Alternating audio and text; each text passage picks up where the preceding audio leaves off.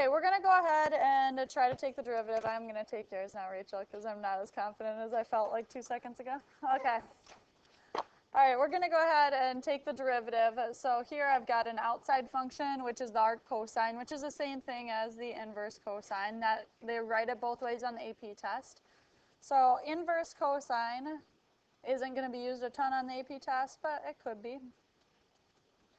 We have -1 over the square root of 1 minus x squared, and my x is this piece. And this is where the fun comes in. A cosine.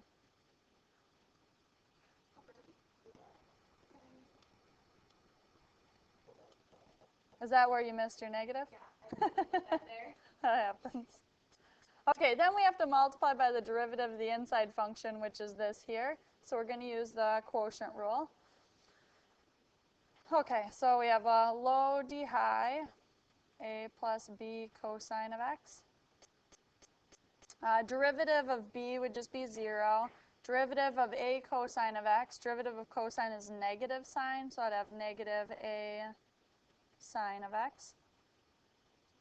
Minus high d low. So that's the high. Derivative of the bottom is going to be what then? Negative b sine of x. And then it's over the bottom squared. I'm not going to multiply that out. I like to leave things factored because I want to try to cancel them, and it's a lot easier if they're left factored. So I'll just leave it like this with the squared. So questions on that, because that we should be able to get to. Now, on the AP test, they're not going to give you something that's this time-consuming because they just want to see if you know things in a fairly quickly manner. So we'll just do it for our own algebra integrity, let's call it. What do we do next to try to simplify this? Multiply this stuff through here. I'm going to leave the denominator, though, okay? And then underneath here, I'm going to get a common denominator with these two pieces. Okay, so that's going to require some multiplying through also to actually finish this. So I've got -1, and I'll do this kind of in a couple steps here. Okay, if I get a common denominator, the common denominator is going to be a plus b cosine of x squared, okay, because this is this squared over this squared. So the 1 turns into a plus b cosine of x squared over a plus b cosine of x squared. And then I have minus the b plus a cosine of x squared. It's pretty nice so far, I think. Okay, then back here we're going to multiply, so we'll multiply this through to both pieces. So this times a gives me negative a squared sine of x. And then this times the b piece is going to be minus ab sine cosine. That look okay? And then back here, I'm just going to put minus in a parenthesis so I don't have to worry about that.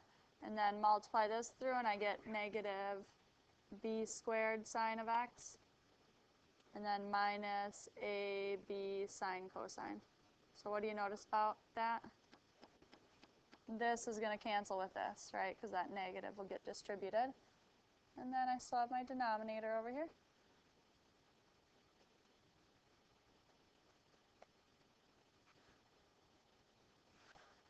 Okay. Questions so far? All right. Now I'm going to work with this piece here to try to get that to simplify.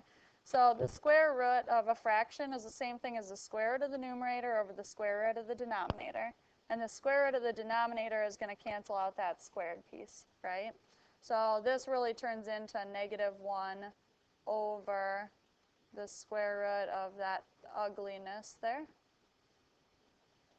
And then over a plus b cosine of x. That makes sense? Instead of dividing, I can do what?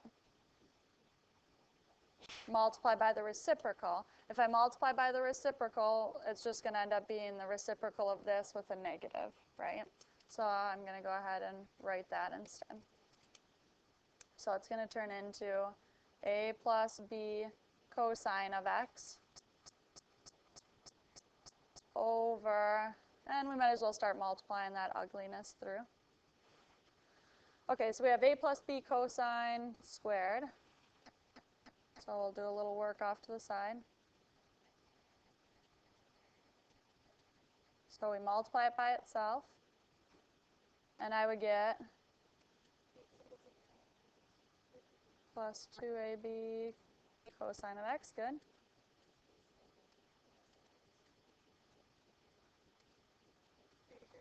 Okay, so that's just this piece here. Then we have to subtract. So like I said, it gets ugly here. Or pretty, depending on your definition, I guess. I know, I really like it, but I know you guys don't. So. Okay, this other one, if I square it, the b is going to be squared. And then I would have plus 2ab cosine of x. Does that look right? And then plus a squared cosine squared. So same idea as what we just did there. Does anything cancel? I think these do, right? Did I miss a negative? Oh, thank you. Hoofda. Don't want to miss it. Okay, and then back here in the numerator, I have, if I put the positive piece first, b squared sine of x minus a squared sine of x. And then in the bottom, I have a plus b cosine of x squared. So there's some things I can start canceling. So I canceled this here. I can also cancel one of these out, can I? And get that squared gone. This is pretty nice so far. Questions? We're going to make it. I just feel it. Okay, so we have -1 times this stuff up here. What can I pull out of both of these terms? A sine, so let's have negative sine of x. And then I would have b squared minus a squared. Does that look right?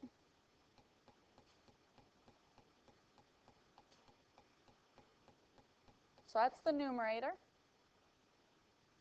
The denominator, I still have under the square root, I have a squared, and I have a minus a squared cosine of x. And then I have a minus b squared and a plus b squared cosine. Oh, I missed a squared here. Yep, squared of x. All right, and here's where the genius part of me just kicked in. Okay, this is what I saw here. We're going to group these, right, because there's 4 pieces. To get something out of the square root, it needs to be something squared, so I figured I should probably try to factor it. So an a squared comes out of both of these, and then we would be left with 1 minus cosine squared. And then back here, b squared comes out, and I'm left with, if it's a minus b squared, it would be 1 minus cosine squared. And then this denominator here, I know there's still a square root there, so I suppose I should put it so I don't confuse you guys. This just turns into, if you remember the grouping factoring piece, we write that 1 minus cosine squared down once. And then what's left over in the other one, a squared minus b squared. 1 minus cosine squared is the same as sine squared. So that's going to turn into a sine squared there. So I'm just going to switch it. So otherwise I'd end up with 5 pages instead of 4. And it's a square root of this, right? So that's going to take the place of this square root here. What can I do with that now? I can take out a sine. Okay, so I'm just going to work my way down here, I guess, over. Did I miss a piece? This is still a plus b cosine. Now I have everything in there, right? Okay, so we'll just work our way here. So I have a negative sine of x, b squared minus a squared, and in the denominator, I've got The sine of x makes it out of the square root. And then I've still got the square root of a squared minus b squared. And then back here I've still got this piece, a plus b cosine of x. So the signs cancel here. And these are almost like each other. If I actually distribute that negative through, you're going to see it. Okay, if I distribute the negative through, I end up with a squared minus b squared, right? So I'm just going to write it like that. So I have an a squared minus b squared on top. And on bottom, I have an a squared minus b squared to the what power? Half. So I can combine those together. And then I still have this a plus b cosine. So if I combine those together, it just leaves me with a square root in the numerator, right?